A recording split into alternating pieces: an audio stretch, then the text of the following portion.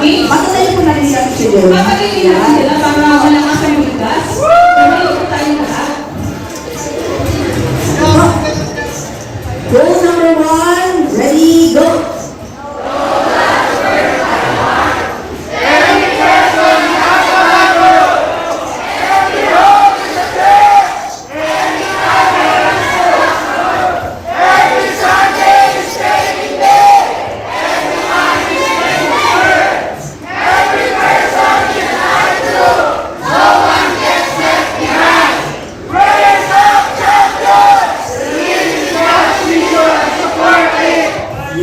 Ayun. So, yan ang ating goal sa isang buong taon. Yes. So, pinipray natin yan na sa bago naman yung ating anniversary ay na Magawa din natin, yes. Okay? So, ngayon, Teacher Mike, dahil tayo ay nagsiselebrate ng pagdating ng ating mga pastor na sila Pastor Mark and Ate Beth. Hello po sa inyo.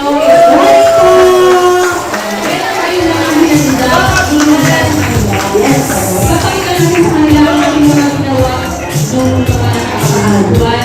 So, ito po yung una natin mapapanood, Teacher Mike, ay ang ating mother, kung saan isa ito sa kanilang mga naisayaw na. Marami na kasi silang mga naisayaw. Talented talaga yung mga mothers. So, ang may kinalaman din dyan ang kanilang kapitid ng Pastillas. Yun. Oo. Kasi yung mga Hindi na ginagawa magkapasaya, Teacher. ang costume. Pero mas kailangan ano yun, wrinkles ba yun? Yes, so marami na nanasaya kami ng mga pinagdagdag ang mga produkto. So mga kapatid na inaanyayahan natin sila na suportahan ang ating mga mothers sa kanilang mga negosyo ginagawa. Yan. Okay? So, Teacher Mike, ang tawag sa kanilang grupo ay group dance. Ang espesyal na sayaw na ito ay choreographed by Mrs. Angeline Antonio, who has highly accomplished dance professionals with extensive experience across various roles. She has been serving as a dance master and senior dancer at SFC, Laging Kayo Mag-Lead, Mananayaw ng Marikina since 2012. Artistic director and trainer at the Marikina Polytechnic College, Dance Group since 2022. Additionally, she has been leading in River of God Creative Arts Ministry as ministry head and dance trainers at Newton Global Pole Dance Ministry since 2021. Ayun na sa mga Teacher Angeline, Teacher Jerome. Napaka-talented. Ang ganda-ganda pa niya. Oo. Ayan. Ang kanilang sayaw ay tinatawag na Kuya Oy. Kuya Oy is a cordillera dance that mimics the movements of powerful animals such as the sampayang kong. This often performed in wedding festival and serves to reinforce a person's social status to their community. Ang kanilang kasuotan ay naman ang kasuotan ng mga babae tipo daw. Ayan. Kaya nakasuot sila ng ganyan, Teacher Jerome. May white tapos may parang shepherd yung halos. Ano pa yung kasuotan ng Ipugaw. Oh, at yung mga nakalagay sa kanilang ulo ay nagsisimulo ng tuka ng sampayang. Kaya meron sila sa ulo ng kalimutan. So dahil, ready na po silang lahat. Ready na. Ready na nga talaga, Teacher Jenny. Kitang-kita ko na. Kaya naman, please welcome the new Folk Dance Team!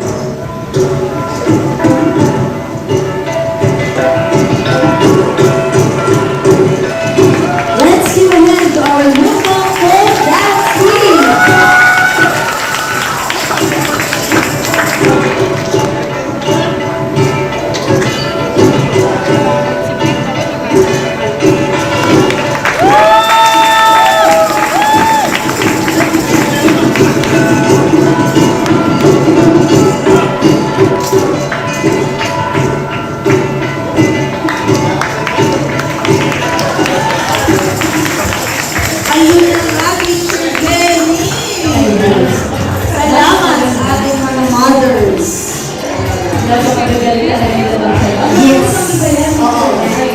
So mga kasunod makikita natin ito. Kung hindi na nila mapigilan tingnan, pwede naman yun sa ating everyday. Ayan, mga sayaw na yan.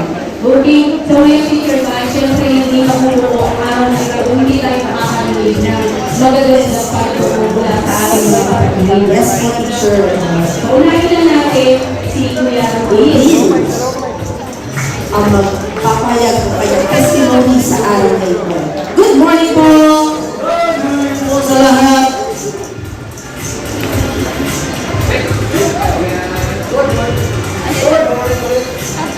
Good morning. Sa inyo pa lang pinala sa atin. Ako po si Rodel Lasilla. Nakilala ko dito sa Pasa.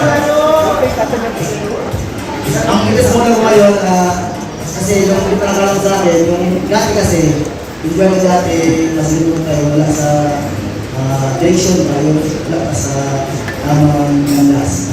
So ako po yung mga vision, siguro ko po yun. So, tapos ako, nagpasagura ko yung buhay ko noon, ako po nakasagura mo din. This model ko yun yung bagong buhay ko po, binago ko ako ng Diyos. Kasi kung nung kapasabi ko si Topo, nalog ako na isang malagay ko kaya alam sa akin Panginoon na kailangan ko daw na yung salita niya po ibahagi sa iyo. Yung time na yun, siyempre yung nagbilip ako nun, nagulat pa ako dahil hindi naman po ako mahilig sa Bible po. Saka, hindi, lalo English, hindi ko maintindihan. Yung nga po, nandiyan si Leo, nilapitan ko si Leo. Sabi ko na Kuya Leo, kaya nanaginip pa ako na yung salita ng Panginoon daw na kailangan ko daw na ano sa ibang mga tao, parinig. Hindi man po ako marunong sa Bible, hindi ko marinig. Sabi ko ni Kuya Leo na hindi naman po kailangan na magaling sa Bible. Ang importante lang na yung salita na ang bahagi ko sa iba, ay parinig mo. Yun, tugulan ako dahil yun nga, wala ko na nasa loob na gawin yun. Tapos nagkaroon ko kami ng training dito sa taas ni Bishop Orwell. Yung balikan sa akin narinig sa akin ni Nakudan, tandaan ko po ng salita ni Orwell na hindi ko kailangan magaling, kailangan ko na yung salita ng Panginoon ay maitahin natin sa iba. Ang salita po ni Kuya Leo sa Bishop ay isa lang po. Kaya po, wala po kung ibang ano po, nalalakit ko sa Diyos, totoo po yung palakal, hiniling mo sa Panginoon. Kasi kung hindi ko yun huwag po natin, nangyari po siya. Kasi, lagi mo sabi, Lord, gamitin niyo po ako, Lord, kung ano po yung tulungan ng Panginoon. Ito po, nalalo niya lagi po dito na, Lord, gusto ko magaling ko siya, Lord, basta pakainin niyo po kami po, Panginoon, sa mga araw. At Lord, tanggap ko na po yung, ano po yung ibigay sa pamilya ko, hindi ko ako nangangad malaki na mayaman niyo ako, importante po yung mga anak ko, kasama ko ay maglingkod sa iyo. Pero ngayon, pinakita ng Panginoon sa aming pamilya, ngayon po, binigyan ko kami ng higit at sapat pa po ngayong taon na to, dahil po, po, may pagkain na kami, may sobra na kami. Hindi mga malaki, kahit maliit, may ipon po yun. Kasi sabi po ni Kuya Rio, kailangan natin magtanim, konti-konti, para po may aalihin. Kaya, sa mga Panginoon, tapos, yung parang yung sabi ng Panginoon, yung salita niya ilan sa iba, yung January lang po, dahil hindi ko ako naligilan ng ano isip ko Kasi nung January naman, kasi po sa work time po, marami po kami noon, pag kung dati, hindi pa ako nakalaya pa, may na ako nalalangin sa maraming tao. Ngayon, sabi na, nanalangin na tayo. Ngayon, naging na ako, kung sino po nanalangin. Siyempre, ikaw naman sila. Siyempre, dati ko lahat yun, mga makukalang kilala ko, may kabalin, may kaka. Pero, salamat sa Panginoon dahil